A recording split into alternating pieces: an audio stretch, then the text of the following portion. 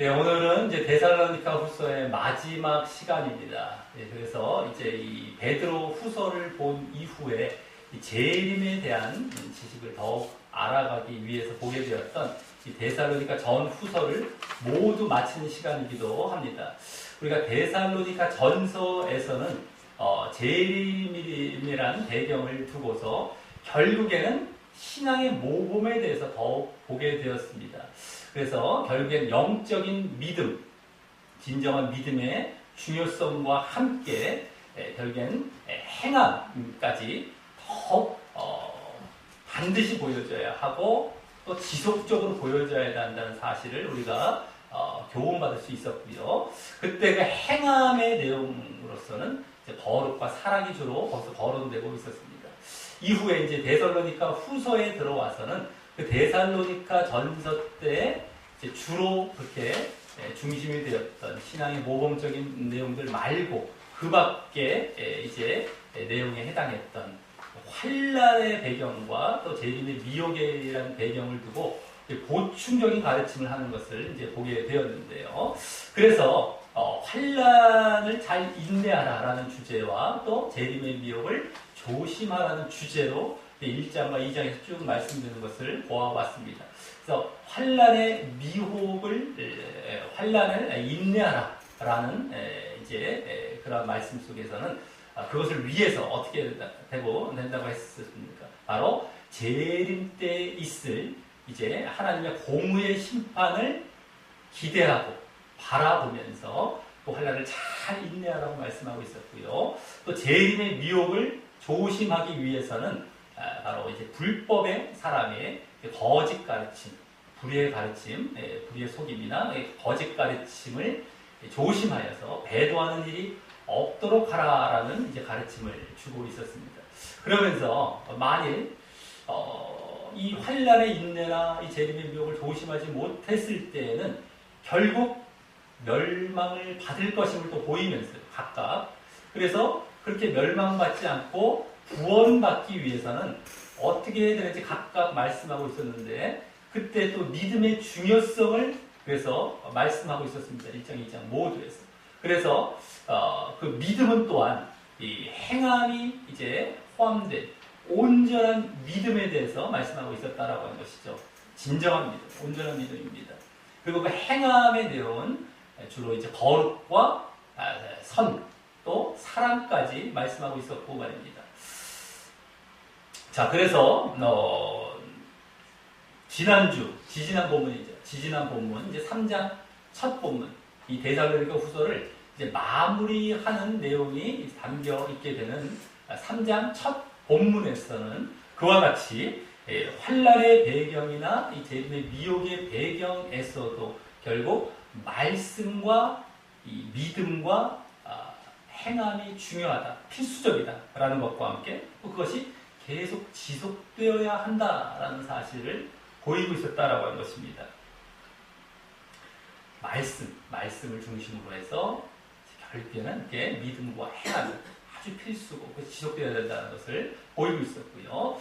또 그 이후 지난주죠. 3장 두 번째 본문 3장 지난주 본문에서는 그와 같은 믿음과 행함과 그 말씀과 믿음과 행함의 중요성을 보이는 하나의 사례로서 이 재림이란 배경을 두고 결국엔 규모 없는 자 같이 행하지 말고 너희들이 자기 일을 하라라는 그러한 이제 하나의 사례로서의 가르침을 말씀하고 있었다라고 하는 것입니다. 그게 바로 그 이면에는 말씀과 믿음과 행함에 대한 가르침의 그 강조한 그것에 대한 하나의 사례가 되는 것이었다라고 하는 것이죠. 자, 그래서 이를 볼 때 데살로니가 전서와 후서 모두는 바로 재림이란 배경을 그 바탕에 두고 우리의 신앙이나 또 복음 전파를 위해서도 마찬가지고요. 또 데살로니가 후서에 보니까 이 환란이나 또 재림의 미혹을 잘 극복하기 위해서도 바로 그렇게 말씀과 믿음과 행함이 중요하다는 사실을 보이고 있었다라고 하는 것입니다. 그리고 그 행함에서는 바로 거룩과 선과 사랑이 말씀되는 것이고, 믿음도 영적인 믿음이죠. 영적인 믿음, 진정한 믿음, 행함이 포함된 그 믿음, 이 말입니다.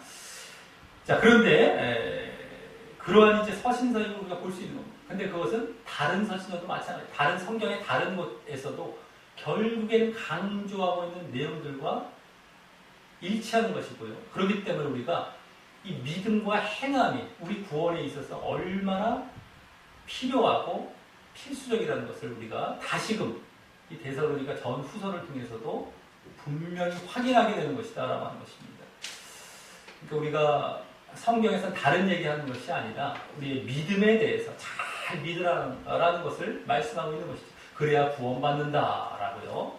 근데 그것에 대해서 더 믿음도 행함이 포함된 이 온전한 믿음 차원에서 또 말씀하고 있는 것이 결국에는 성경의 요약이 되는 겁니다.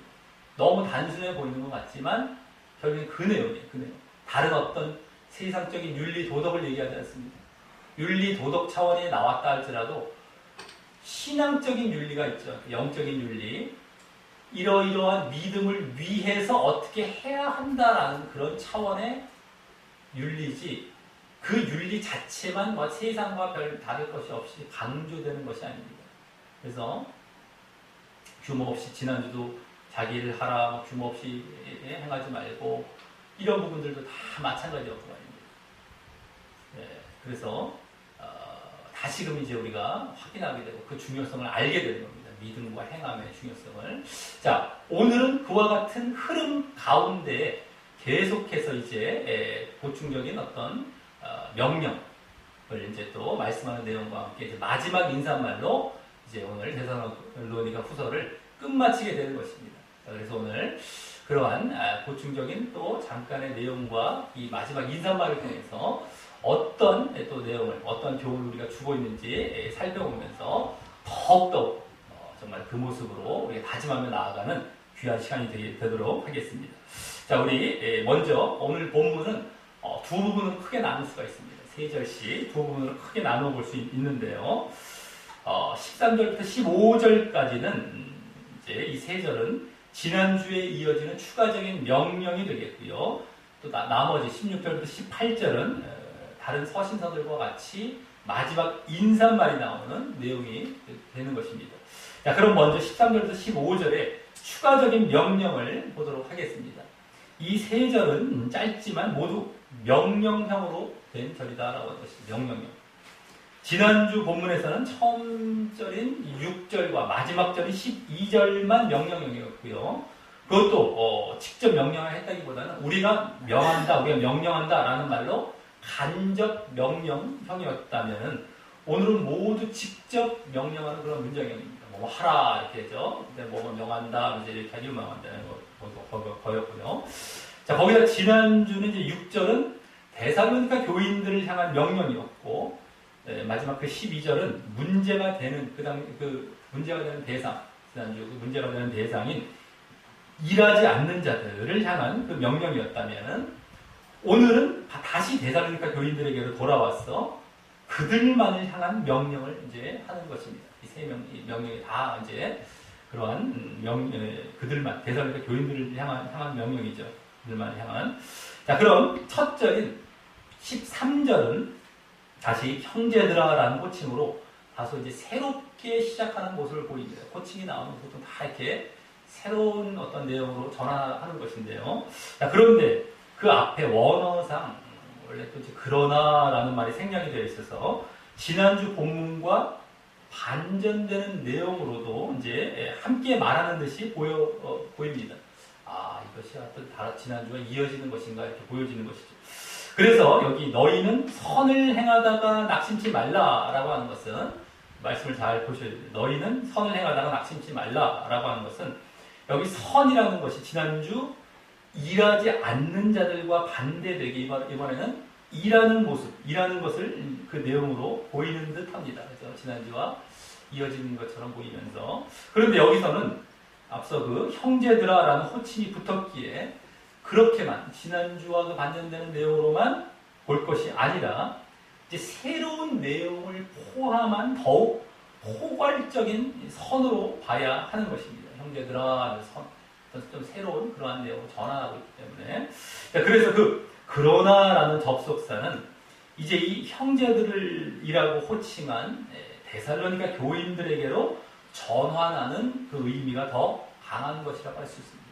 지난주 그 마지막 절 쪽에서는 그 문제가 되는 사람들, 그 일 안 하는 사람들, 규모 없는 자들, 그들을 향해서 말하다가 그러나 이제 너희는 하면서 그런 차원에서 그들을 쪽으로 이제 전환하는 그런 의미가 더 크다고 볼 수 있겠다라고 하는 것입니다.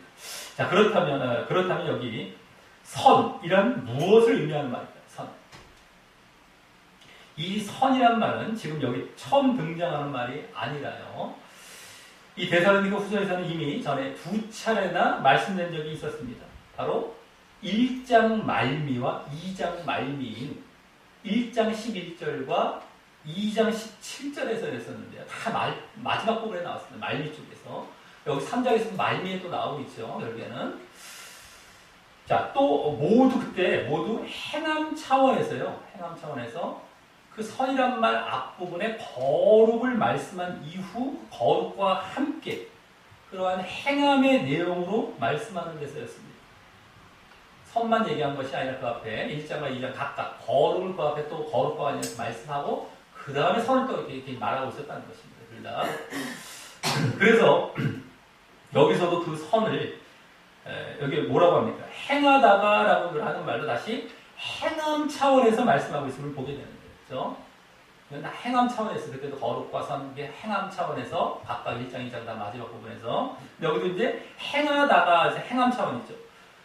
원어로는 원래 이제 선을 행한다 이 두 단어가 아니라 한 단어입니다. 선행하다, 그냥 선행하다인데 원어도 뭐 우리 한자어처럼 선과 행하다가 합쳐지는 느낌처럼 거기도 마찬가지입니다. 선과 행하다라는 것이 합쳐진 말입니다. 그러니까 분리해서 봐도 상관없고 합쳐서 봐도 상관없습니다만 어쨌든 그렇다면 여기 어쨌든 선을 행한다. 그 선행한다라는 말은 포괄적으로 무슨 의미가 될까요? 지금 지난주에 나왔던 일하지 않는 것에 반대인 일한다라는 것만 지금 말하는 것이 아니라 과연 포괄적으로 무슨 의미일까 하는 것인데요. 자, 일단 지난주 내용과 관련해서는 일을 하라라고 볼 수도 있지만, 그죠? 일을 하라 이게 선처럼 보일 수 있지만 지난주에도 단순히 그 내용만 말씀하고 있었던 것은 아니고요. 그 명령 배후에는요. 지난주 유전이라고 하는 하나님의 말씀과 가르침이 있었던 것입니다. 그거대로 너희들이 이렇게 일하라라는 것이었죠. 말씀대로. 그렇죠? 유전대로. 자, 즉, 그래서 그 명령은 하나님의 말씀을 근거해서 나온 명령이었다는 것입니다. 자, 그 하나님의 말씀 중에 그때는 특별히 그 일을 하라라는 것이 말씀되고 명령되었던 것이고 말입니다. 그래서 구약의 말씀까지도 말씀드렸죠. 땀을 흘려야 너희들이 먹고 산다. 그런 말씀을 바탕으로 바울 사도가 일하지 않는 자는 먹지도 말라. 그런 어떤 말씀, 유전입니다. 가르침, 하나님 말씀 근거로 일하라. 말씀이 중심이 돼서 이것이 그것도 가르쳐주고 있었던 것이에요. 자, 그때 어쨌든 그때는 일하라는 것이 이제 중심이 되는 어떤 말씀이었지만, 자, 그래서 여기 이 선이라는 것은 결국 하나님의 말씀과 명령을 잘 지키고 순종하는 모습을 말하는 것입니다. 선을 행한다는 것. 하나님의 말씀 잘 지키고 순종하는 것. 말씀과 명령을. 자, 그리고 그 사실은요. 이제 그게 선이에요. 선을 행하는 게 그겁니다. 포괄적으로는요. 그냥 일을 하라는 지난주 그것만 얘기하는 것이 아니죠. 잘 봐요. 1장과 2장까지 다 연관해서 보고 그동안 막 흐름 다 봤을 때 이게 보여지는 거예요. 갑자기 선이 툭 튀어나오잖아요. 그럼 지난주처럼 그냥 일을 하라는 말로 나왔으면 좋았을 텐데 그냥 쭉쭉 하지 왜 선이란 말로 대치해놓고 막 이유를 알아가야죠. 그렇게만 싹 봐버리고 끝나면 안 되는 겁니다. 전체를 봐야 되는 거예요. 자꾸 자기들은 보기 편하고 그렇게 보니까 더 쉽고 그냥 넘어가 버리고 그 다음에 더 큰 소리 친다고요. 나중에. 그러면 안 된다는 겁니다. 자꾸 어렵더라도 제대로 볼 생각을 해야죠. 앞으로 가고 제대로 보고 다시 되살려보고 또 보고 그게 쉬운 작업이 아니거든요. 쉬운 과정들이 아니거든요. 근데 그런 걸 어렵다고 그냥 제쳐버리려고 그러고 대충 보려고 그러고 그냥 이러다가 나중에 잘못된 길로 가는 겁니다. 자기 마음대로의 길로. 말씀을 그냥 자기 그냥 구미대로 껴맞추기 시작하죠. 자기 생각을 딱 먼저 만들어 놓고 말씀을 찾아가고 껴맞추고. 지금 거의 대부분의 말씀 그렇게 나오고 있습니다. 실제가 그렇습니다. 죄송하지만. 실제가 그렇습니다. 자기를 다 내려가야 되는 거예요. 자기를 다 내려놓고 말씀이 도대체 뭘 말씀하는 걸 글로 들어가야 돼요. 자기는 요만큼도 들어가면 안 됩니다. 자꾸 죽여버려야 돼요. 자기는. 그럼 말씀에서 뭘 말하는지 찾아가야 됩니다. 자꾸잖아요. 근데 맨날 자기 거 만들어놓고 거기다 말씀 껴맞추는 식이에요. 거의 99.9%가 지금 그렇게 말씀 전합니다. 99%도 아니에요. 99.9%입니다. 안 그런 사람이 0.1%가 될까 말까 찾아보기 너무너무 어렵습니다. 그게 그나마도 잘 어떻게 피해가서 어떻게 크게 잘못된 자리로 안 나아갔으면 그게 다행인 정도의 교회가 되는 거예요. 근데 그게 항상 살아남을 걷고 있는 거죠. 어쨌든 자, 그리고 그 사실은요. 그 아까 선을 행한다는 것은 하나님의 말씀을 잘 지키고 순종하는 것. 이 사실은 그 전 본문인 3장 아까 3장 첫 본문, 3장 첫 본문에서 2절, 3절에 나온 3장 거기 2절, 3절을 잘 보시기 바랍니다. 악한 자들이라는 자가요. 거기 악한 자들이라는 자가 결국 그 앞에 1절에 나온 말씀과 그 복음에 대해서 대적하고 반대하는 자들이었던 것과도 여기 그 악에 대비되는, 악에 반대되는 선이 바로 그렇게 말씀을 따르고 순종하는 모습을 포괄적으로 말하는 것이라는 것과 통하는 것입니다. 일맥상통하는 것이죠. 그죠? 그때 악이라는 말도 나왔었어요. 그죠? 근데 그것이 말씀을 대적하고 반대하는 그게 악이었어요. 그때도요. 그 1절과 그대로 앞으로 나오죠. 여기서 또 선이 바로 그거다. 그러니까 조금만 앞으로 가도 더 앞으로 가도 다 보이는 거예요. 사실은요. 제대로 안 보려고 그러고 힘들어하고 귀찮아하고 그냥 넘어가고 그러니까 안 보여서 그렇죠. 자, 그래서 그동안 그 데살로니가 후서에서도 행함의 주요 내용으로 거룩과 선과 또 이제 사랑까지 보여졌지만 그중 선에 해당하는 내용은 달리 말하자면 바로 지금 보여줬죠? 뭐죠? 말씀을 순종하는 바로 순종입니다. 순종으로 이라고 할 수 있는 것입니다. 말씀을 잘 따르고 순종이에요. 선. 거룩과 선. 이게 행함의 모습으로 보여졌는데 선이 그 중에서는 이제 순종으로 바뀌어버리는 겁니다. 바뀔 수가 있는 겁니다. 달리 말을 할 수가 있는 것이죠. 자, 그리고 그랬을 때 그 거룩과 순종.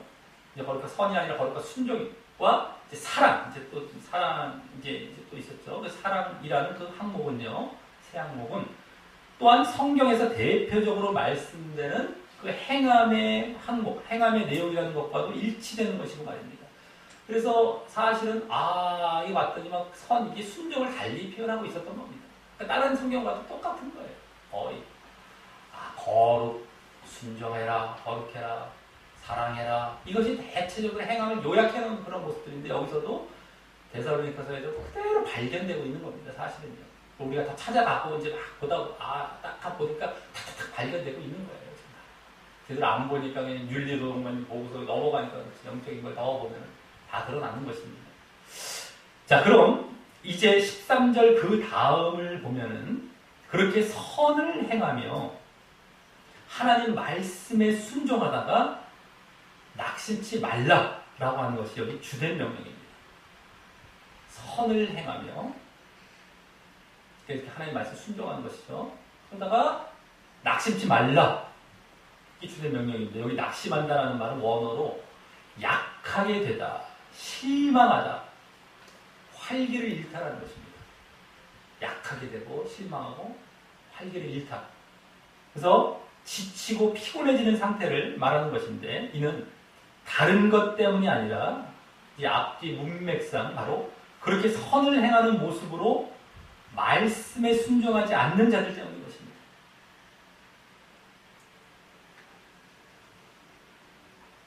선을 행하면서 말씀에 순종해야 되는데 그러지 않는 자들 때문에 이렇게 낙심하고 지치고 피곤해지는 것입니다. 앞뒤 이제 문맥을 가지고. 그리고 이 말을 하는 것을 보면 그러한 선행과 순종을 하지 않는 자들이 제대로 하는 자들에게 영향을 줄 수도 있음을 보게 됩니다. 그래서 그 제대로 이제 선행과 순종을 제대로 하는 자들에게 영향을 줄 수 있음을 약심한다는 말을 보면, 자, 그래서 구약이나 신약이나 이 공동체, 교회 공동체의 순결을 위해서 그런 잘못된 자들을 조심시키고 거리를 두게 하는 그러한 모습들이 계속 말씀되고 있죠. 그래서 지난주 본문에서도 첫 절인 6절에 규모 없이 행하고 유전대로 행하지 않는 모든 형제에게서 떠나라. 그렇죠? 일하지 않는 자들이죠. 규모 없이 행하는 것. 근데 그 뒤에 뭐가 나왔습니까? 유전, 말씀대로 행하지 않는 자들이죠. 같은 말들로 말씀대로 행하는데 그 중에 특별히 일하지 않는 그게 해당한 거죠. 그 말씀이. 근데 어쨌든 말씀대로 행하지 않는데 순종하지 않는 자를 떠나라. 그때 많이 나왔어. 떠나라. 조심시키라는 말씀들이 신구약에서는 계속 나옵니다. 그들을 조심하라. 근데 여기서도 바로 지난주 본문에서도 바로 나왔다는 것이죠. 착각하면 안 됩니다. 지난주도 그래서 말씀드렸죠. 죄까지 막 끌어안으라는 것이 아닙니다. 근데 그것이 더 모르는 사람들, 영적이지 않은 사람들 그게 더 커 보이고 더 좋아 보입니다. 그게. 그래서 세상 사랑이 교회 다니는 사람들보다 더 좋은 것 같아 보이고 그런 게 아닙니다. 지금 진리가 뭐고 지금 우리가 구원에 받는 그런 원리가 무엇이며 전혀 깨닫지 못하는 사람들이 지금 영적인 존재에 마귀가 있고 지옥이 있고 이런 걸 전혀 믿지 않고 알지 못하는 사람들이 그런 얘기 하는 겁니다. 자, 그래서 어쨌든 그걸 자꾸 이제 영향을 받기 때문에 오히려 하는 사람들이 낙심하는 거예요. 그래서 그들을 떠나라. 거리를 두는 이런 모습을 보이게 되죠. 자, 그래서 우리는 자칫 그런 자들에 대해서 방심하거나 용납해서는요, 이런 낙심과 피곤의 과정을 거쳐서 피곤해집니다. 그 사람들 영향을 받아서 낙심되고 피곤해, 지쳐버려요. 저 사람들 안 하면 난 왜 해? 이런 거죠. 영향을 받아요. 조심해야 됩니다. 거리를 안 두버리면, 떠나지 않으면. 그래서 공동체가 오염되고 잘못된 길로 갈 수 있다는 사실을 알고 그들과 비교하며 낙심과 피곤의 상태로 들어가지 말아야 할 뿐만 아니라 또 그 전에 그들을 멀리하며 조심하는 것이 필요한 것입니다. 그게 제일 우선돼요. 멀리 해버려야 돼요. 그들을 피해가 자꾸 떠나야 돼요. 그들 옆에 딱 두고서 자꾸 비교해, 낙심해. 나는 왜 해야 돼? 그게 은연중에 들어가요. 은연중에. 처음부터 나는 그렇게 우울한 사람 아니에요. 난 낙심하는 사람 아니에요. 이게 아니라 은연중에 눈에 안 보이게 겉은 전혀 티가 안 내요. 마음속에서 그거 하고 있어요. 내가 왜 해야 돼? 이게 낙심하고 있는 거예요. 쉽게 말해서. 그 모습이 되는 겁니다. 그리고 자기가 그 영향을 쫓아갑니다. 그래서 떠나라는 거예요. 악은 다 베어버리라. 그 모양이라도 흉내를 내지 마라. 이렇게까지 말씀하시죠. 흉내를 쳐내지 말라는 거예요. 쳐다보지도 말고 떠나고 잘라버리고 이러는 거예요. 너를 제대로 이 공동체를 보존하고 너를 살리면 진짜 사랑의 말씀이죠. 그게 진짜 사랑의 말씀인 겁니다. 그 다음에 그도 회개하면 같이 데려오라는 것이죠. 그를 그렇다고 막 버리라는 것까지는 아니죠. 그래서 떠나고 배제하고 늘 말씀드리지 않습니까? 제대로 정말 믿지 아니하는 그런 사람들 제발 우리가 조심해야 됩니다. 지금 형제들이에요. 다 지난주부터 형제들이라는 사람들 믿는 사람들입니다. 안 믿는 사람 얘기하는 게 아닙니다. 불신자들을 우리가 떠나십시오. 나는 잘 떠나고 있습니다. 불신자 암사교 이 얘기가 아니에요. 그건 뭐 말할 것도 없고요. 형제를 중에라도 제대로 안 하는 자들, 말씀에 순종 안 하고 이런 자들을 거리를 두고 조심하고 떠나고 쳐다보지 이게 자꾸 영향을 받으면 안 돼요. 근데 그 때문에 영향받아서 낙심하고 지치고 피곤해하고 그러면서 그 잘못된 그들은 지금 멸망의 자리로 딱 들어가 있거든요. 그대로 가면 멸망이 있는데 그걸 쫓아가 버려요. 자기도 멸망의 자리에. 이 어처구니 없음을 아시기 때문에 거기서 다 조치를 취해 주신 말씀들이 이런 말씀이에요. 그래서 안 된다. 이거 잘 알아야 됩니다. 세상에서는 뭐 이런 것들이 막 얽히고 이런 관계들이 어마어마하게 많아요. 근데 거기서 그냥 막 굴러가고 대충 가고 그냥 가요. 이 사람들은 진리의 문제도 아니고 구원의 문제를 갖고 싸우는 사람들이 아니기 때문에 그냥 막 부조리해가지고 넘어가고요. 이런 것도 많습니다. 세상에서도 이런 어떤 뭐가 있을 때. 근데 여기서 분명히 답을 얘기해 주세요. 딱 그 길까지 딱 알려주세요. 그러니까 이렇게 하면 안 된다고. 탁탁 잘라버리고 피해버리고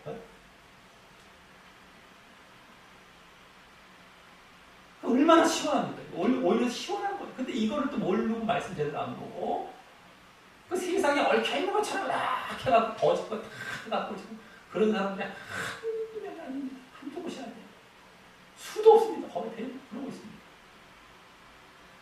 자, 그래서 이제 다음 14절에서는 그런 조심시키고 멀리하게 하는 그런 명령이 이어지는 것입니다. 그래서 자, 다음 두 번째 명령이 되는 14절은 근데 그 조심시키고 멀리하게 하는 명령이 되는 겁니다.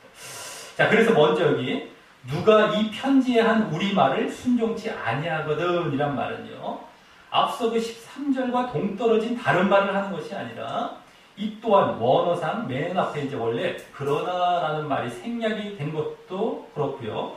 바로 그 13절에 선을 행한다라는 내용이 말씀을 순종하는 것이었음을 알았듯이 그와 반대로 이같이 말하고 있을 뿐인 것입니다. 잘 보십시오. 거기 이 편지에 대한 말씀을 말씀 순종치 아니하거든. 그 반대, 아까 말씀을 선을 행한다는 것은 말씀 순종했던 것처럼 그 반대로 딱 말하고 있는 것 뿐이라고 하는 것입니다. 그래서 말씀을 제대로 안 보면 이 13절과 14절의 연관성을 모르게 될 뿐만 아니라 14절 맨 앞에 그러나라는 말이 왜 있는지도, 왜 생략됐는지도 모를 가능성이 높지만 그게 아니고 말이에요. 딱딱 떨어지는 거예요, 사실은요. 딱 또 말씀에 대해서. 자, 그래서 여기 이 편지에 한 우리말이라는 것은요, 사실 하나님의 말씀과 동등한 차원에서 말하고 있는 것이고 말입니다. 이 편지에 한 우리말, 이제 바울 일행의 말. 이게 지금 그냥 말이 아니죠. 자기들도 아는 거예요. 이게 하나님의 말, 받아서 말하는 것이라는 걸 알고, 그렇게 하나님의 말씀의 어떤 의미로 말하고 있는 겁니다. 하나님께로부터 전달받아서 말하는 것이기 때문에 말이죠. 영감을 받고, 계시를 받고, 바울은 다, 근데 다른 곳에 나오는 성경. 그래서 말씀을 다 적고, 편지에 쓴 거예요. 이게 편지가 형식을 갖췄다 뿐이지, 내가 쓰고 싶은 말, 그런 말 쓰고, 유식한 척 하면서, 진짜. 이렇게 전해 말씀들이 아닙니다. 그래서 말씀 제대로 보다 보면 깜짝깜짝 놀라고, 우리가 막, 이게 다 이유가 있고, 이런 것들 다 발견해가잖아요. 근데 이것을, 편지, 나도 좀 써, 나도 내 말도 성경 좀 집어넣어줘요. 이렇게 보는 교만한 사람들이 보통 많은 게 아닙니다. 말씀 대충 봐버리고, 그냥 난도질 해놓고 보고 싶은 것만 봐버리고.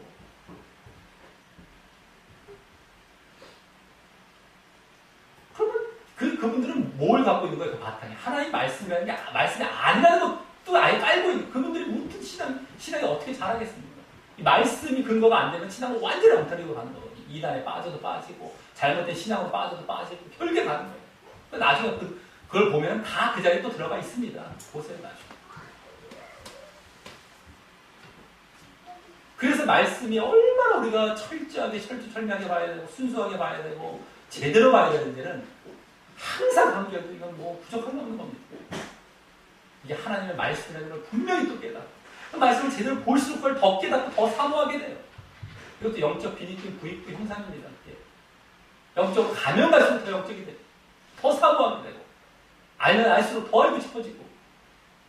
근데 그러지 않기 때문에 더 모르니까 나 모르겠다 이러면서 더 그냥 피하게 되고 더 잘못된 길로 가는 것이죠. 자, 그리고 지금 그래서 이제 다른 바울 서신서들도요, 결국 모두 하나님의 말씀이 되었던 것입니다. 그죠? 다른 것도 하나님의 말씀. 자, 그리고 지금 그 하나님의 말씀으로 지난주에 그 일하라라는 말씀뿐만 아니라 그 말뿐만 아니고 이 편지에 한 모든 말씀이라고 말한 것을 볼 때 앞서 그 13절에 선을 행하는 것이 바로 그 모두의 순종, 이 편지에 한 모든 말씀, 다른 말씀들도 포함하는 것이 일하는 것뿐만 아니라 그 모두에 대한 순종임을 확인하게 되는 것이죠. 그렇죠? 선이 지금 이 편지한 모든 말, 이 지금 말씀을 얘기하는 것인데, 그것이 바로 이제 그 다른 것까지 다 포함된 그 말씀이라는 것을 알 수 있는 겁니다. 선을 행하는 것이. 자, 그러면서 여기 순종 이런 말을 통해서는 앞서 13절에 행한다라는 말과 또 이어지면서 결국 다시 행함 차원에서 말씀하고 있는 것도 우리가 보게 되고 말입니다. 또 계속 행함이 바탕이 또 되고 있어요. 순종하라, 뭐 행하라, 이게 그냥 툭툭 튀어나와. 직접적으로 다 나오잖아요. 그죠? 그냥 행함입니다. 지금 믿음인데 그 더 액기 쓰인 행함의 차원의 믿음을 말씀하는 거예요. 믿음은 당연히 바탕에 깔고 있는 거죠. 툭툭 튀어나와버려요. 그냥. 얼마나 중요한 것이냐 보여주는 것이죠. 자, 그런데 그렇게 말씀에 순종하지 않거든, 예? 그죠? 우리가 한 모든 그 편지하는 모든 말, 그 말씀에 순종하지 않거든. 그 다음 뭐라고 합니까? 먼저 그 사람을 지목하라라고 합니다. 이 명령합니다. 이는 원어상 그 사람을 구별하라, 지목하라는 것은 구별하라, 표시하라라는 말로 그 사람을 적당히 넘기지 말고 분명히 인식하여 구별하라라는 것입니다. 적당히 넘기지 말고 분명히 인식하여 구별하라, 지목하라, 표시하라 이런 거기 때문에 구별하라. 그래서. 자, 우리는 그래서 좋은 게 좋다는 식으로 넘어가고 그냥 뭐 묻어가면 끝인 것처럼 처리하는 경우가 많고요. 그러다 결국 앞서 그 13절의 낙심이란 말 속에서도 비춰지듯 자기가 손해보고 억울한 듯한 마음에 그 사람들을 막 방치해둬요. 그냥 막 방치해뒀습니다. 나이가 비교해요. 그런데 나이가 막 손해보는 것 같고 억울해지는 것 같고 나는 이걸 왜 해야 되지? 저 사람은 안 하는 걸 부럽게 봐버리는 거예요. 자기 하는 거 막 손해보는 것처럼 억울한 것처럼 봐버리고 결국에는 오히려 그래서 그러지 말아야 할 그 사람이 하는 대로 자기도 따라가는 경우가 많은데 그러기에 그러지 말고 그 사람을 분명히 구별해놓고 다 벌써 이제 분별하고 구별 딱 해놓고 표시해놓고 그 사람으로부터 분리할, 그 사람을 이제 분리시킬, 또 그 사람으로부터 분리할 그런 준비를 하라는 것입니다. 지금 지목하라는 것은 딱 벌써 경계하고 있는 거예요. 그렇죠? 그리고 또 다음, 그래서 그 분리의 의미로 그 다음에 뭐라고 합니까? 사귀지 말라라고 명령합니다. 사귀지 말라. 자, 이는 지난주 첫 절인 6절에서 아까 말씀드렸던 그 6절에서 내쫓으라 라고 하지 않고 떠나라 라고 했던 명령과 비슷한 명령입니다. 떠나라, 여기는 사귀지 말라 같은 차원. 그래서 12절에서 그때 지난주 12절에서는 종용이 일하여 자기 양식을 먹으라 라고 그 기회, 그에게 이제 기회를 주는, 그가 돌아올 수 있는 기회의 명령을 주고 있었고 말입니다. 떠나라, 그를 내쫓으라고 하지 않았죠. 떠나라, 그러니까 그 사람은 돌아올 수 있는 기회가 아직 있는 거예요. 내쫓임 당한 게 아니기 때문에. 그래서 다시 이제 그에게도 이렇게 일해서 자기 먹어라라는 어떤 명령을, 또 기회의 명령을 주고 있었죠. 그래서 이는 공동체의 순결을 유지하려는 그런 공의로 보이면서요. 이 거룩, 순결, 이게 이제 공의입니다. 공의, 공동체의 순결. 또 그러면서 한편으로는 그 사람이 회개하고 돌아올 기회를 주는 사랑도 보이는 명령인 것입니다. 이것도 사귀지 말라라는 것도 그겁니다. 그래서 그 뒤에 그렇게 사귀지 말라고 한 목적으로서 거기에 저러하여금, 그러하여금 부끄럽게 하라라고 하는 것은 그 사람을 단순히 창피 줘서 골탕 먹이라라는 차원 정도가 아니라 그런 것이 아니라 부끄럽게 해. 아유, 너 억울했지? 아유, 그냥 부끄럽게 골탕 먹여. 그냥 아유, 그냥 창피 줘서 골탕 먹여. 그럼 너 좀 속 시원하겠지? 이런 것이 아니라, 이런 차원인 것이 아니라요. 그러한 공의와 사랑을 모두 이루기 위해 지혜로운 그런 조치인 것입니다. 다 이루어가는 것입니다. 공동체를 보호하면서 그 사람은 돌이키지 않아, 회개케 하는 이런 공의와 사랑을 모두 이루기 위한 지혜로운 조치인 것입니다. 그렇죠? 이게 부끄럽게 하면 어떻게 됩니까? 다른 사람이 그러한 잘못된 모습을 안 보이려 하여서 공의의 차원에서 이제 거룩이 유지될 것이고요. 공의의 차원. 이제 그 다음에 또 그 사람에게 이제 회개할 기회를 제공해서 사랑도 보여지게 될 것이기 때문입니다. 그래서 다음 15절에서는 그러나 원수와 같이 생각지 말고 형제같이 권하라. 권하라는 말은 훈계하라, 뭐 책망을 하는 거예요. 훈계하고 책망하는 겁니다. 이게 이제 아까 사귀지 말라라는 것뿐만 아니라 이제 책망하면서 그를 자꾸 이제 권면하는 거죠. 그렇죠? 훈계하면서 권면하면서 이제 그를 경계하고 있는 거죠. 그죠? 경계를 하면서 그냥 방치만 하는 것도 아니고 이제 막 훈계도 하면서 이렇게 형제같이, 근데 원수와 같이 하지 말고 형제같이 그렇게 훈계하면서 그를 이제 돌이킬 수 있게 하라는 것이죠. 그래서 그러면서 이게 그에게 기회를 주는 차원의 이 사랑의 모습을 보일 것을 또다시 덧붙여 명령하고 있는 것입니다. 그래서 우리 사랑의 모습 차원이죠. 이렇게 형제같이, 원수가 아니라. 하지만 이 명령의 이면에는 여기 원수라는 말을 이제 형제라는 말과 대조적으로 쓴 것을 보면, 이번에도 지난주와 같이 그 사람이 만일 끝까지 그 형제로서 대하는 사랑의 기회를 저버리고 회개하지 않는다면, 이제 기회를 줬는데 어떤 사람은 그러다 돌아올 수 있겠죠. 돌아오면 다행이고 정말 돌아오길 바라면서 기회를 준 건데, 모두 돌아온다는 보장은 없습니다. 그렇죠? 자기가 과연 어떻게 하느냐에 달린 것인데 안 돌아올 수도 있는 것이죠. 어떤 사람들은. 만약에 그런다면, 그렇죠? 그런다면 이제 나중에는 내쫓김으로써 이제 원수와 같은 관계도 될 것임을 암시하고 있다고 할 수 있습니다.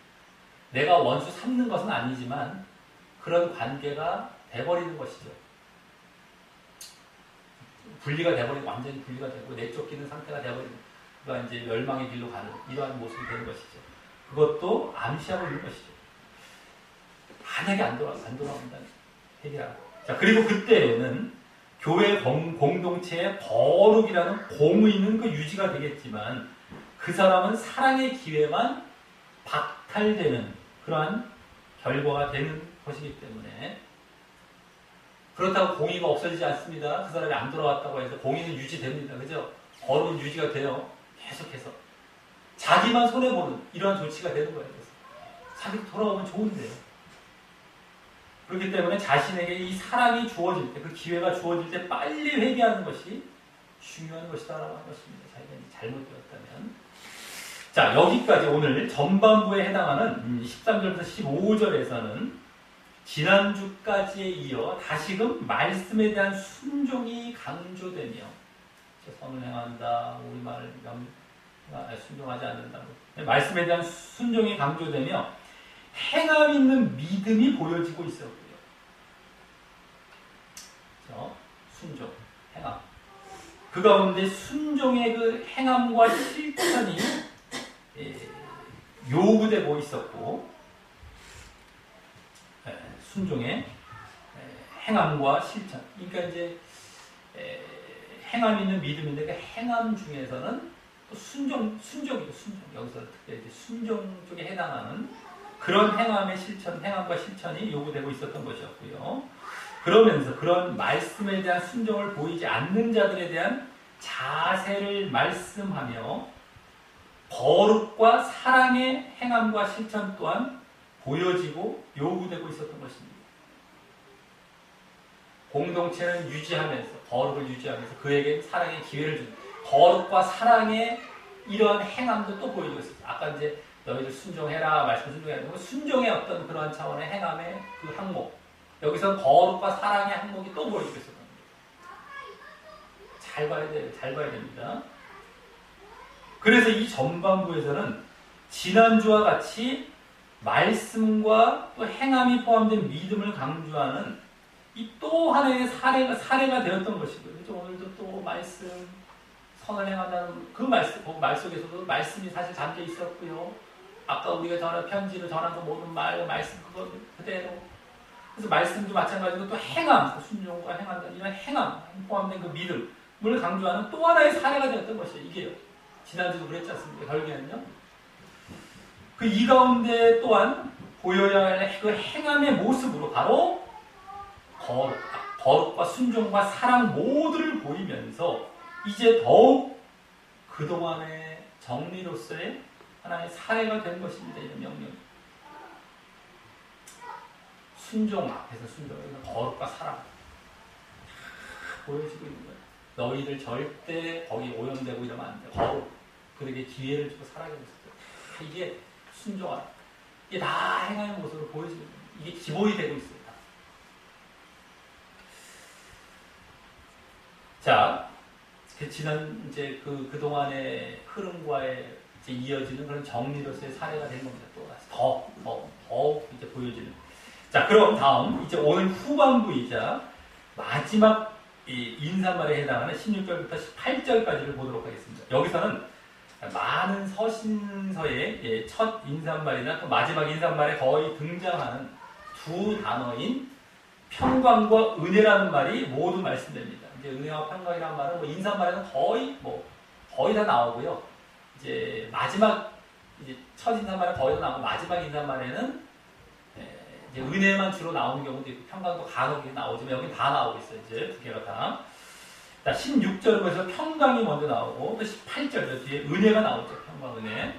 자, 그중 그 중간 이제 17절에는 이 또한 바울 사도가 또 주로 끝부분에 자주 말하게 되는 친필로 문안한다라는 말이 나오고 말입니다. 그죠? 중간에는 친필로 문안한다. 이게 이제 거기 이제 섞여 있고 말이죠.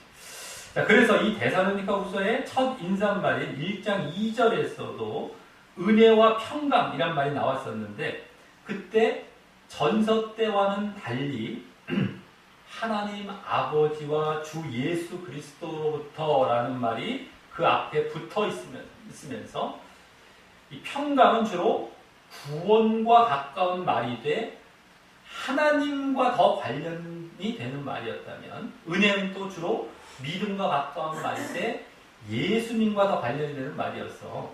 그죠? 하나님과 예수님으로부터 은혜와 평강이 이러면서 그죠? 평강은 하나님, 구원이면서 그죠? 은혜는 믿음 쪽이면서 예수님께서 주시는 어떤 그래서 예수님은 믿음을 도우시고 그래서 믿음을 잘 그렇게 유지할 때 하나님은 구원을 도우시고 보장하시는 차원으로 말씀되고 있음을 보았듯이 여기서도 이제 그런 차원에서 말씀하고 있는 것입니다. 사실은요. 자, 그래서 16절에서 평강의 주라는 말은 주로 구원을 주시는 하나님을 나타낸다고 할 수 있는데요. 정신 차리세요. 평강의 주는 뭡니까? 평강의 구원 차원이라고 했죠? 그리고 평강은 하나님 차원 쪽에서 이제 주로 주신다고 전에 봤던 것처럼 평강의 주는 구원을 주시는 하나님 쪽입니다. 그죠? 그걸 나타낸다고 할 수 있는데 주가 하나님일까 예수님일까 할 수 있는데 이미 다 봤지 않습니까?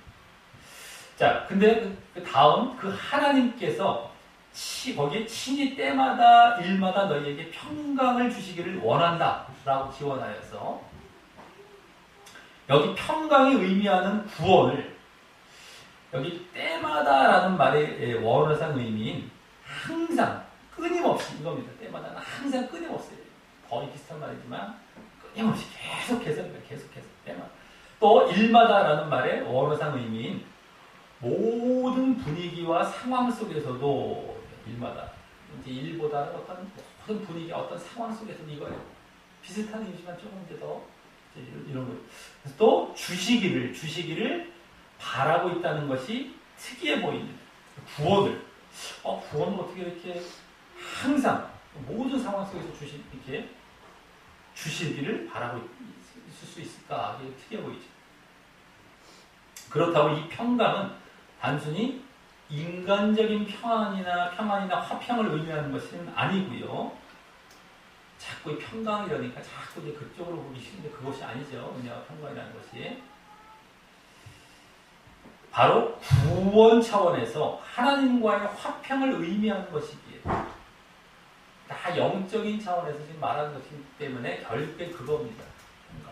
하나님과의 화평이에요. 하나님과의 화평.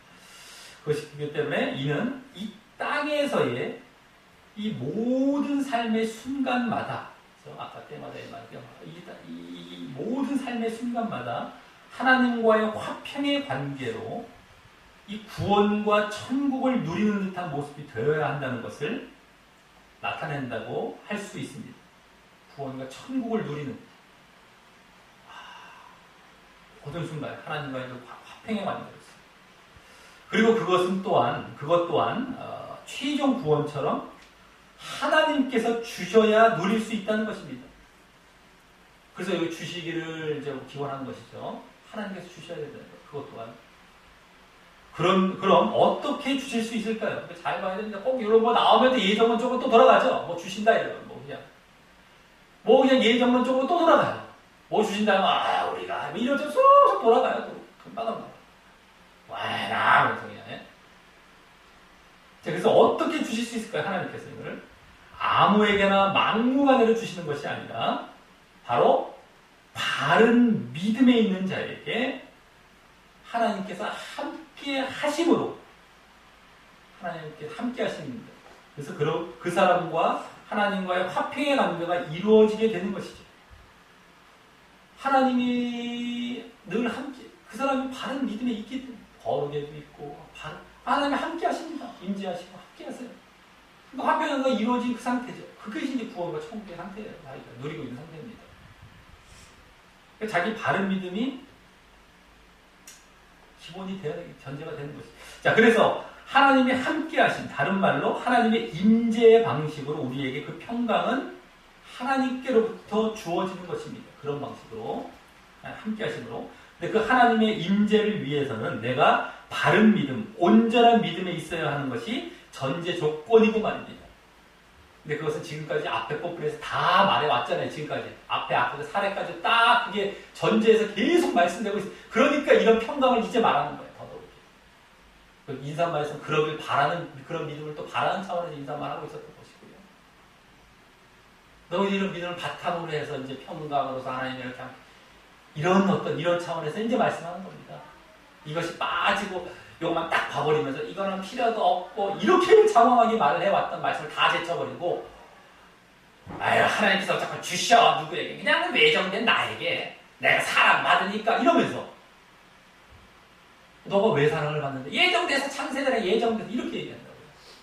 그래서 이게 다 예정은 쪽으로 또 흘러가요. 한두 곳이 아닙니다. 앞에 그렇게 믿음을 외치고 외쳤는데 그거 볼 줄도 모르고 본 적도 없이 다 생각해버리고요. 그러니까 말씀을 그렇게 잘 봐야 된다는, 잘못 보면은 자기 마음대로 다 가버려요. 자기 기분대로 내키는 대로 말해버리고, 내키는 대로 만들어버리고. 그래서 아무리 바른 걸 얘기해도 들어가지지도 않고, 그 잘못된 걸 또 다른 사람한테 영향 미치고, 다 오염시켜가고, 이게 지금 벌어지고 있는 현상입니다, 실제로. 거기서 빠져나오고, 거기서 지금 저항해 나아가고, 바른 길을 가야 되는 것이 지금 우리가 보이고 있는 그 길들이에요, 지금.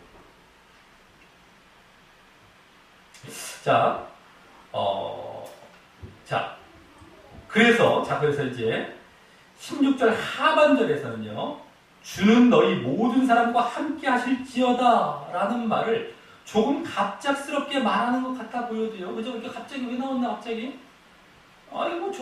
끝에 인사말이니까 좋은 말이니까, 평강이라는 말을 하다 말고 말이죠. 좋은 말이니까 막 갖다가 넣자. 이런 말이 아니죠. 그 말이 이게 뭡니까? 그 말이 바로 하나님의 임재를 나타내는 말이고, 그래서 그러므로 그 평강이 주어지는 방법으로서 이렇게 덧붙여 거기에 말씀하고 있는 것입니다. 그리고 그 말 이면에는 물론 앞서 오늘 본문 전반부에서까지도 보여지고 있었고, 또 데살로니가 전서 후서를 통틀어 보여지고 요구되고 있었던 그 말씀에 순종하는 행함이 있는 믿음인 온전한 믿음을 가졌을 때를 당연히 전제 조건으로 하면서 말입니다. 온전한 믿음을 그냥 믿음 정도가 아니었죠. 지금까지 전서후서 다 통틀어서 온전한 믿음, 진정한 믿음, 영적인 믿음, 행함 있는, 이건 당연히 전제해서 이제야 어떤 정말 축복 차원이죠. 하나님이 함께 하시고 너희들 평강이 늘 이제야 우리가 믿음을 가졌을 때 구원받는다는 차원이 너무 같은 차원이죠. 이제야 그때서야 여기서 자꾸 그 구원이라는 김치국 마시지 말고요. 자꾸 그것부터 마시지 말고 너희를 보일 것만 보이는 것에 집중하면 이거는 그때 가서 이제 주시는 겁니다. 이렇게. 제발 너희를 보여야 될 건 믿음 부분이에요. 힘써야 될 것입니다. 자꾸 이걸 갖고 자기들 김치국 마셔요. 생각 하나님은 너희들한테 지금 도대체 줄 수도 없는 상황입니다. 자기들이 알아서 그걸 뺏어서 김치국 마시고 있어요. 자기들 스스로. 어처구니없는 그렇게 지금 신앙생활 하고 있으니까 수도 없는 사람들이요. 너희들 보여야 될 거 이 부분인데. 그래서 그랬을 때 이제 마지막에서 이걸 딱 말씀해 주시면서 받아들이는 사람도 거기서 또 겸손해요. 진짜 아니야. 그냥 거기서 어쩔 줄 몰라. 자기들이 애써고 노력한 사람인데도 불구하고 거기에 이제 왔습니까? 아이고 내가 기다리고 말았던 거 이제 다 껍데기 사람들이 하는 짓들이지. 가짜를 억지로 해왔다으니까 그렇게 교만한 마음을 받아들여야 돼요. 진짜 하나님 중심을 해왔다면 그런 마음이 아니 정말 이게 되지. 이렇게 받아들입니다. 주실 때도요. 진짜들이 그렇게 보여줘. 근데 그런 모습을 하나하나 보면 다 보인다니까요. 이 사람이 진짜인지 가짜인지가 다 보여요. 그냥 보입니다. 자, 그래서 마지막 이제 18절에서는요, 예수님께서 은혜로 도우시는 그 믿음과 관련된 말이죠. 믿음이죠, 믿음. 예수님께서 은혜 차원에서 도우시는 그 믿음과 관련된 말이죠. 거의 모든 서신서의 마지막에 이제 하는 말인 거기 우리 주 예수 그리스도의 은혜가 너희 무리에게 있을지어다 라고 또한 말하고 있는 것이고요. 여기 믿음 차원입니다. 이 은혜가 이제 믿음 차원. 믿음. 그러니까 은혜가 있을지어다 했을 때 보면 물론 구원도 여기 포함될 수 있다고 했지만 믿음 쪽이 더 강하다고 했었죠. 그래서 그때 구원은 뭐 당연히 따라오는 거니까요. 그러니까 얼마나 귀한 말이야. 늘 있을지어다. 여기 정말 믿기 소원하고 마치는 거예요. 믿음 또 말하고 있고요. 또 그 중간에 이제 또 17절에는 이 마지막 말 전에 한마디를 덧붙이는 형태인 것입니다. 그러니까 이 마지막 보통 인사말이 아까 그 18절 말씀인데 이걸 맨 마지막에 배치해야 되니 17절은 당연히 그 앞에 나올 수밖에 없는 이런 형태로 더 덧붙이는 형태죠. 그죠? 요것이 아까 은혜가 평강만 딱 달라붙어 있었으면 더 좋았을 텐데, 그죠? 16, 18절이. 근데 요거를 은혜는 맨 마지막에 항상 요거 마지막 인사말로 딱 하고 끝내기 때문에 그 앞에 중간에 딱 들어가게 돼. 이런 형태가 되는 거죠. 17절에. 요 한마디는요. 근데 요 말은, 이제, 나 바울은 거기 모르는 게 17절은 나 바울은 친필로 문안한다 라고 하며 또 이는 편지마다 표적은 표시라는 겁니다. 뭐 사인, 표시이기로 이렇게 쓴다라고 하는 말인데 이게 사인했다는 어떤 식이죠. 지금으로 말하자면 내가 친필로 사인한다, 인사한다 그런 건데 이런 말은 다른 몇몇 바울 서신서에서도 나오고 있고요. 또 그럴 때마다 그 서신서가 진짜인지 가짜인지 구별할 수 있도록 한 것이라고 할 수 있는데요. 다 나오는 것은 아닙니다. 그죠? 몇몇 서신서에만 나와요. 이런 부분들도. 그래서 이제 이걸 굳이 누르려면 이 중간에 항상 들어가게 돼 있어요. 끝에 부분에서도 은혜가 너에게 있을지어다 이거 맨 마지막에 배치하기 때문에 그 앞부분에 딱 들어가는 거예요. 졸거나 하지 마세요. 말씀 똑바로 봐야 된다. 말씀 놓쳐버리면은 딴 생각하고 뭐 딴 좋은 얘기 하려다 들으려다 보면은 말씀 놓치면 딴 방향으로 가고 딴 생각 이러면 안 돼요. 그럼 또 졸기 시작합니다. 이제 또 말씀 하나하나 볼 때 제대로 봐야 됩니다. 자, 그래서 여기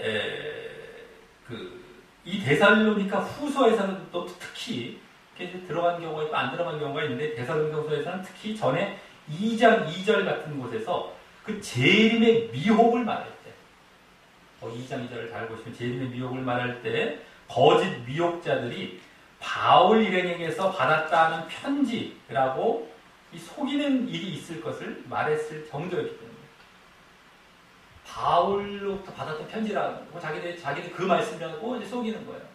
그런 일이 있을 것을 경계시켰지 않습니까? 그럴 정도였기 때문에 특별히 더 필요하게 진짜냐 가짜냐가 더 필요하기에 이렇게 덧붙이고 있다고 할 수 있습니다. 그러면서 어떻게 되겠습니까? 여기서도 이 편지가 하나님의 말씀과도 같음을 보이면서 그렇죠? 이게 정말 하나님의 말씀이라는 걸 보이는 거죠. 이 사인 속에서 안다. 이게 정말 내가 하나님 받아 쓴 말씀 전하는 말씀이다. 이걸 또 한번 전해주는 거예요. 말씀이라는 강조죠. 그래서 자 그래서 이 아까 구원과 믿음을 말하는 중간입니다.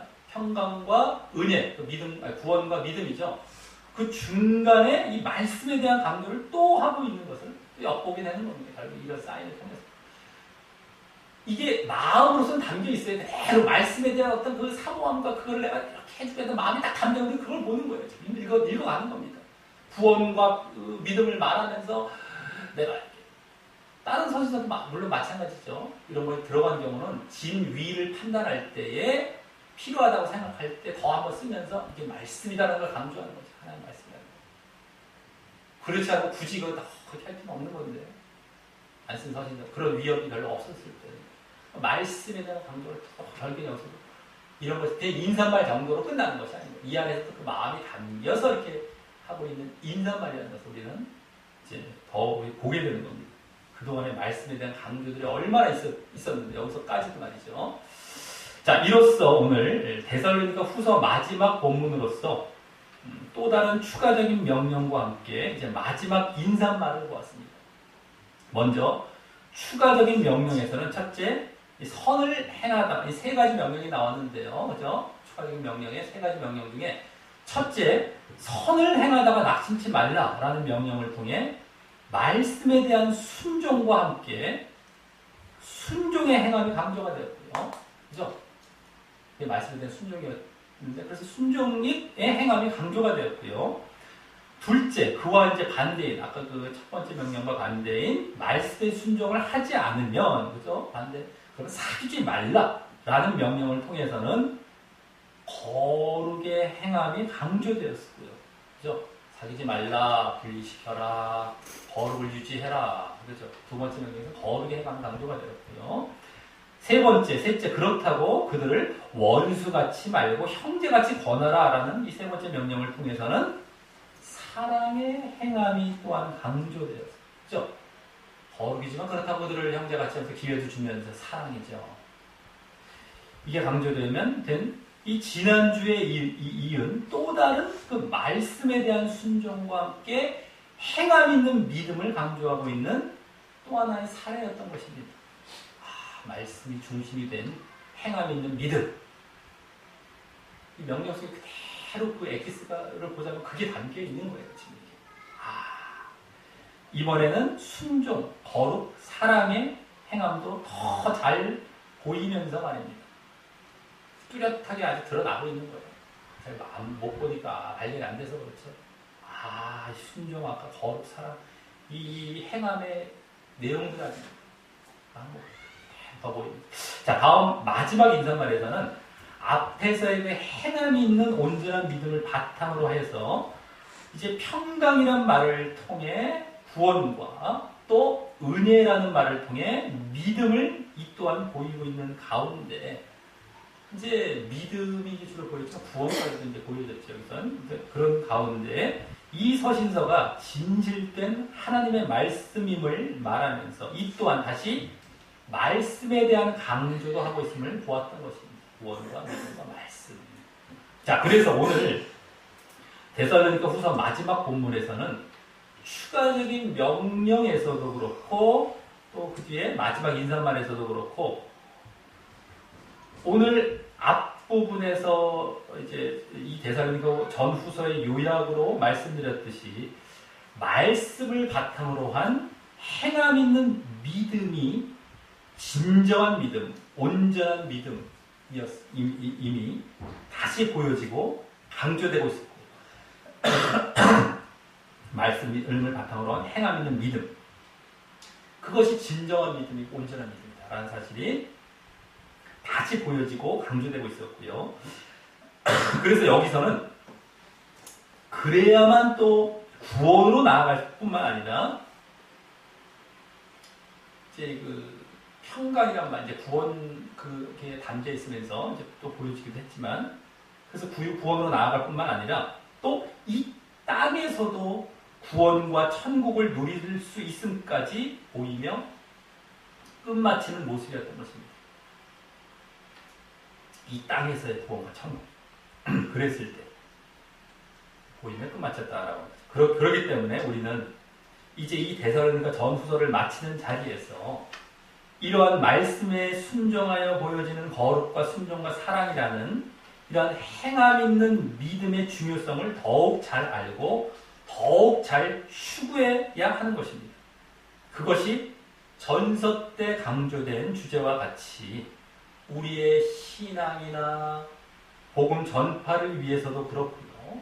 또 다음 후서 때 데살로니가 후서 때 강조된 주제와 같이 환난과 미혹이라는 문제의 상황에서도 말입니다.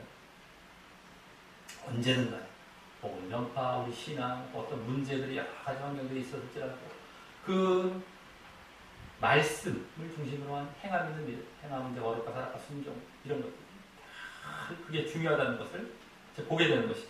더욱이 마침 지금 부분에까지. 자, 그럼에도 오늘 그것이 잘 이루어지지 않아서 또 낙심할 수 있는 위험성과 함께, 그죠? 아까 낙심하지 말라라고 나왔어요. 근데 그 위험이 있다는 겁니다. 이것이 잘 이루어지지 않아서 말씀 제대로 순종하게 이렇게 가는 거지.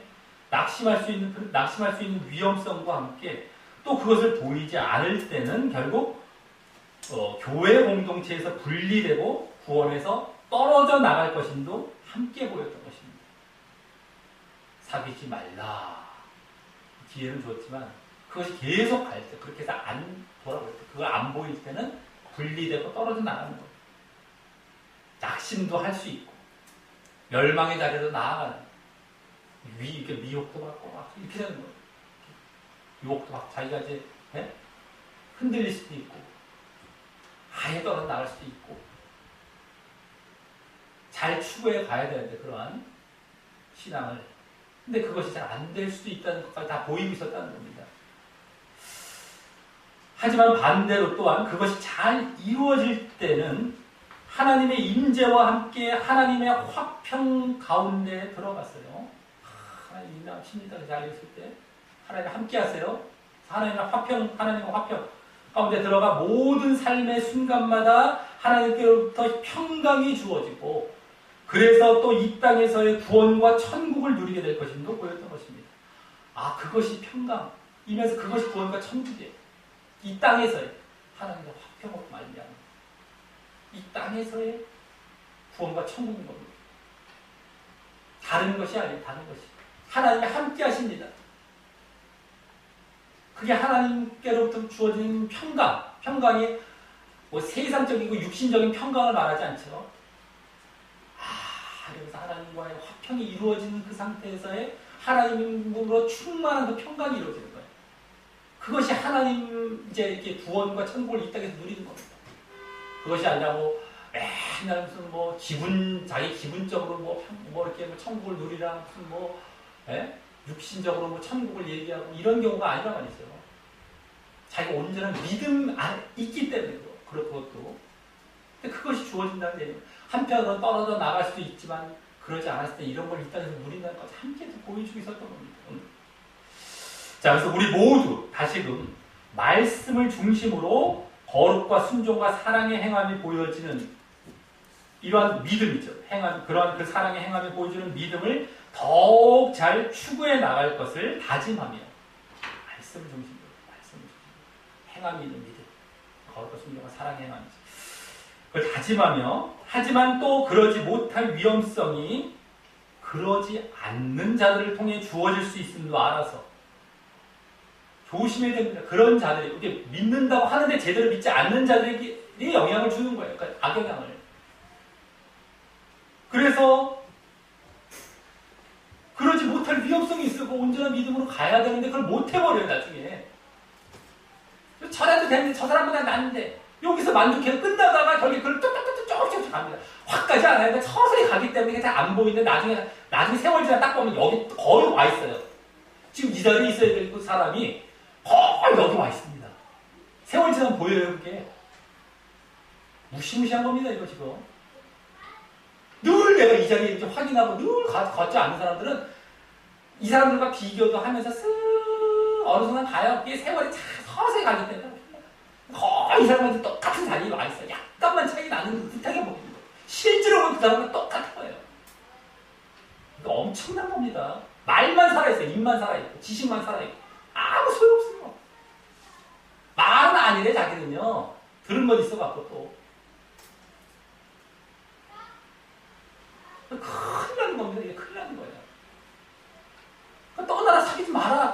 회복시키고, 아유, 어떻게, 죄는 끌어안지면 않는 거예요. 죄를 끌어안는 게, 그걸 내가 죽이는 그런 작업을 하는 게 아닙니다. 착각을 하지 마. 그 세상적인 사랑에서 나오는, 막 감정력에 포마치고 육신적인 어떤 그런 감정이, 어떤 그런 세상 인간 중심의 그런 데서 나오는 잘못된 죄된 사랑이에요, 그게. 거기서 나오는, 근데 그게 더 커 보이니까 자기가 거기에 오히려 위축당하면서 이런다고. 그게 아니야. 신앙, 믿음이 중심이 되어서 이 사랑, 이 영적인 사랑은 전혀 다른 거예요. 그게. 오늘도 사귀지 마, 지난주 떠나라 이러면 뭐, 왜 째째하게 그러십니까? 이 사랑이 없는 것 같아 보이네요. 이게 말씀이 진리인데 이걸 제대로 알 생각은 안 하고 자기를 마음대로 판단한다고요. 자기를 보고 싶은 대로 그게 더 큰 차로 섭섭하게 느껴진다고 이 말씀들이. 그게 아닌데 말이죠. 제대로 안 보고 나서 말이죠. 그리고 자기의 또 육신적인 그런 걸 쭉 또 가 있어요, 어느 순간. 그래서 자기는 더 막 사랑이 넘치는 또 신용하고 살아가고 말이죠. 그러다가 자기는 아까 그 자리에 들어와 있고 말이죠. 자, 이걸 잘 봐야 됩니다. 자, 그래서 결국 그렇게 조심하고 경계하면서 결국 날마다 더욱 그러한 온전한 믿음의 자리로 나아가서 모든 삶의 자리에서 하나님의 임재와 하나님과의 화평으로 인한 평강이 가득하여 이 땅에서부터 천국과 구원을 누리며 사시다가 결국 진정 영원한 천국과 구원에 들어가게 되시기를 예수님의 이름으로 간절히 축원합니다.